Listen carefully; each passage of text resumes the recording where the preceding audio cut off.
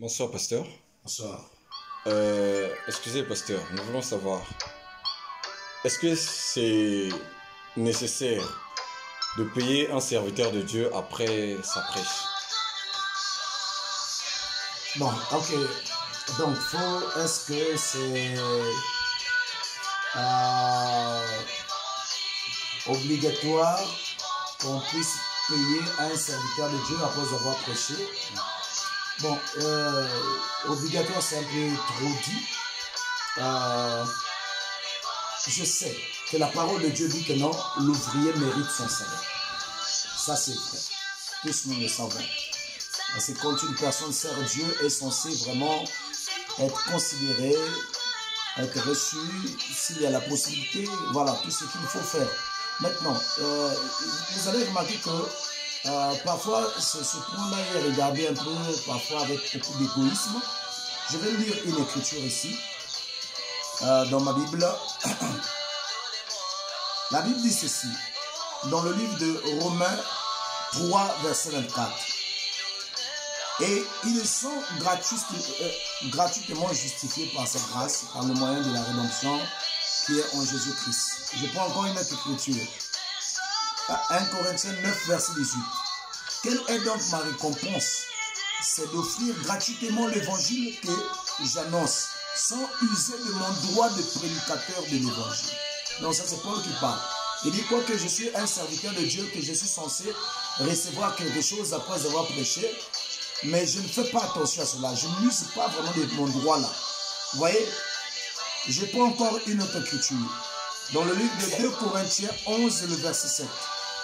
On dit, ou bien, ai-je commis un péché parce que m'abaissons moi-même afin que vous fussiez élevés, je vous ai annoncé gratuitement l'évangile de Dieu. Dit que non, je vous ai annoncé gratuitement l'évangile de Dieu. Vous voyez dans le livre de Thessaloniciens 3, verset 8. Nous n'avons mangé gratuitement le pain de personne. Donc il dit que non, ils n'ont pas pris ça gratuitement. Mais dans le travail et dans la peine, nous avons été nuit et jour à l'œuvre pour n'être à charge à aucun de vous. Vous voyez que non, Paul qui est un modèle d'un serviteur, d'un vrai serviteur de Dieu, il essaie de montrer que servant Dieu, il n'a pas utilisé des motifs égoïstes là-dessus. Je sais que non, il peut arriver que quelqu'un a des difficultés, encore a fini de prêcher la parole de Dieu. Moi, c'est comme quelqu'un que vous recevez chez vous. Vous voyez, vous avez invité quelqu'un chez vous et la personne arrive. Vous avez quand même le droit de donner le billet de retour à cette personne-là. C'est pas mauvais en cela. Vous avez le droit de trouver du pain et de trouver quelque chose à manger. C'est pas mauvais. Mais vous allez souligner que le serviteur de Dieu, ce n'est pas ça le premier motif. Le premier motif, c'est que les âmes soient gagnées. En partant prêcher quelque part, je puisse ajouter une pièce ou encore une pierre à l'édifice, dans le but d'aider les gens. Maintenant, quand une personne, on met maintenant cela comme on fouille des écritures maintenant, avec des motifs égoïstes, c'est-à-dire il y a des autres qui se disent non, on a dit que non, l'ouvrier mérite son salaire. Donc, vous voyez que non, le motif est d'abord égoïste. Je veux prêcher pour essayer d'aider les gens, pour essayer d'apporter vraiment ce que j'ai comme révélation ou ce que j'ai comme la parole pour que les choses de Dieu aillent de l'avant. Mais aussi longtemps que vous avez des motifs d'argent, vous n'êtes pas un bon serviteur de Dieu. J'ai entendu déjà beaucoup de gens dans plusieurs endroits. Il y a des gens qui ont fait des voyages dans certains endroits, avec dans la tête déjà, le motif déjà, là on va me donner telle somme, là on va me donner telle somme, je vais totaliser. J'ai entendu l'histoire de quelqu'un qui avait besoin de se marier, un serviteur de Dieu. Il est parti dans certaines localités, on lui a donné dans certains villages, dans certains départements, là où il n'y a pas beaucoup d'argent, on l'offre des fruits, le maïs, l'arachide, on est en train de discuter que c'est peu. Voyez, ce genre de personnes-là n'ont pas d'éthique, font honte à l'évangile. Si on est en train de fustiger tout le monde aujourd'hui, c'est à cause de ce genre de personnes. Je crois que non, l'homme de Dieu, nous ne devons pas exagérer. Nous ne devons pas exagérer. Vous croyez que non, vous allez voir l'église semble grande avec beaucoup de gens qui vous a dit que non, il y a toujours beaucoup d'argent. Parfois, une grande église, Vous allez trouver par exemple 100 personnes, 200 personnes, 500 personnes, même 1000 personnes. Mais c'est des problèmes qui sont remplis là-bas. Parfois lui-même, le pasteur de cette église-là, a beaucoup de problèmes, beaucoup de difficultés. Et si parfois il y a certaines personnes, on lui donne une petite somme, mais ils sont en train de bouder dans les coins et dans les recoins, que non, la somme est médiocre. Ça, c'est... Quel genre de... Ça, c'est que... Même votre probité morale ne vous dérange pas vraiment. Vous n'essayez pas de rentrer au-dedans, de vous dire que non, ce que je suis en train de faire est une mauvaise chose. Ces genres de personnes comme serviteurs, on ne fait qu'accumuler des problèmes. Si aujourd'hui les païens sont en train d'insulter les gens à chaque instant avec ce genre de comportement. Paul n'était pas là à la charge. Paul, quand il arrivait quelque part, il savait comment se débrouiller. Il savait comment travailler, comment faire certaines choses, parce qu'il ne voulait pas. Nous ne sommes pas au temps de l'Ancien Testament. Dans l'Ancien Testament, le Lévite, lui, ne travaillait pas. Il est resté là. Parce que les enfants d'Israël étaient sous la loi. Ils savaient déjà que non, la règle était comme ça. Mais vous avez une église. Parfois, ils n'ont pas encore cru. Parfois, ils n'ont pas encore compris ce qu'on appelle pardonner. Parfois, ils ne savent pas toutes ces choses-là. Et vous arrivez que non, automatiquement, vous avez besoin que non, des sommes dinosaures, qu'on vous offre tout ce que vous avez besoin. Il y a d'autres même vraiment, vous allez trouver que non, on vous offre des véhicules, ou bien des voitures, je ne sais pas, ou bien des habits. Parfois, des gens n'ont plus honte vraiment. Les gens n'ont plus honte. J'ai été dans les églises des gens.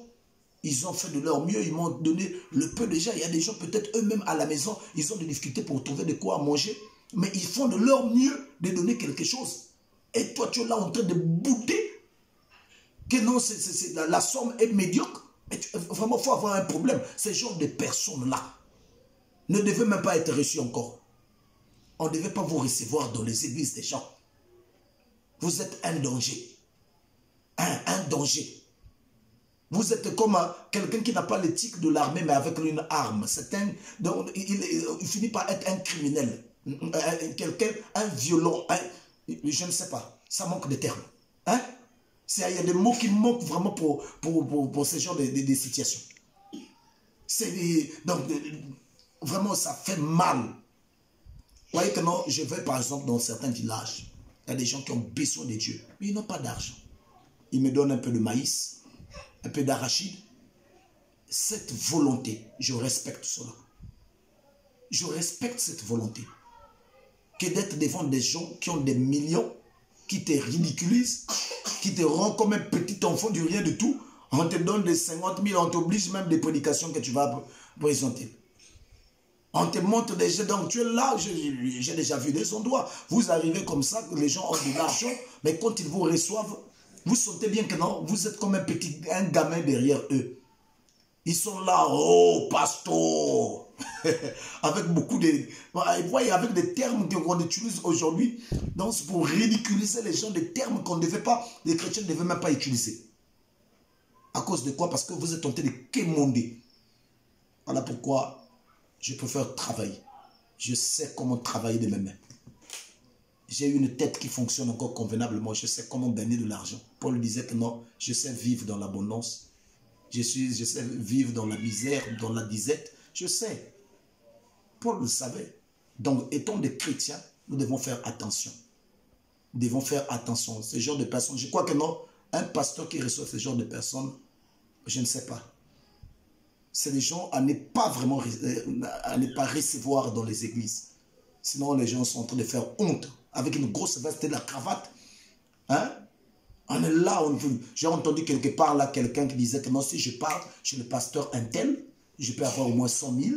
Je parle dans le pasteur un tel, je peux avoir 200 000. Je parle dans le pasteur un tel, je peux avoir tout ça. Donc, on repart à la maison là avec une somme dinosaure. Et regardez les prédications.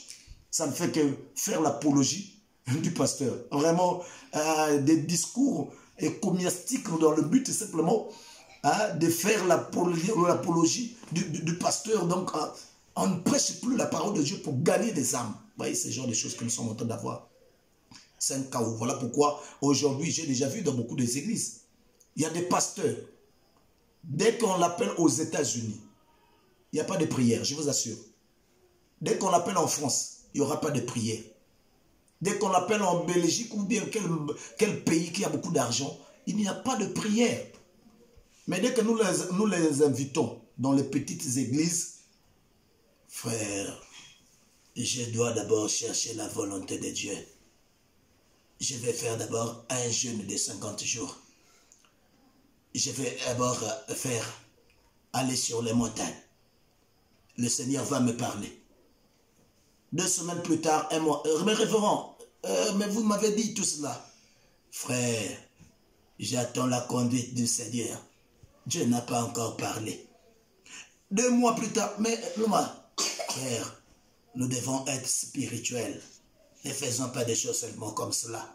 Mais dès qu'on sait que dans l'église là, a au moins même 5000 personnes là-bas, mais vous avez automatiquement, comment c'est, quelle honte.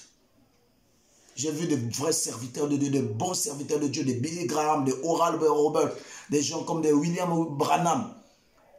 Ils pouvaient prêcher là où il y a 4 personnes, là où il y a 50 personnes, là où il y a 1000 personnes, là où il y a 1 million de personnes, partout, 4. Voilà les serviteurs de Dieu. Pas ce que nous sommes en train de faire là, c'est une honte. Hein? Honte. Un serviteur de Dieu, la conduite de Dieu. J'ai déjà entendu l'histoire d'une sœur en Christ qui était musicienne. On l'a invitée aux États-Unis, mais elle dit que non, je vais prier d'abord. Elle prie, elle dit que Dieu ne m'a pas convaincu. Regardez, 20 000 brebis et tout cela peut avoir cela. Mais nous, on se cache derrière que non, tout cela. Non, si tu dois prier pour aller en France, prier pour les États-Unis, prier pour les grandes villes, prier pour les grandes églises, et des petites... tu dois prier en tout. Un serviteur de Dieu doit prier partout. Parfois, c'est de l'égoïsme, le motif pécunier, hein? Donc, le motif mercantile qui est en train d'animer les gens. C'est quelle honte. À moins que Dieu soit miséricordieux. Mais je sais que non, Dieu ne manque pas de témoins.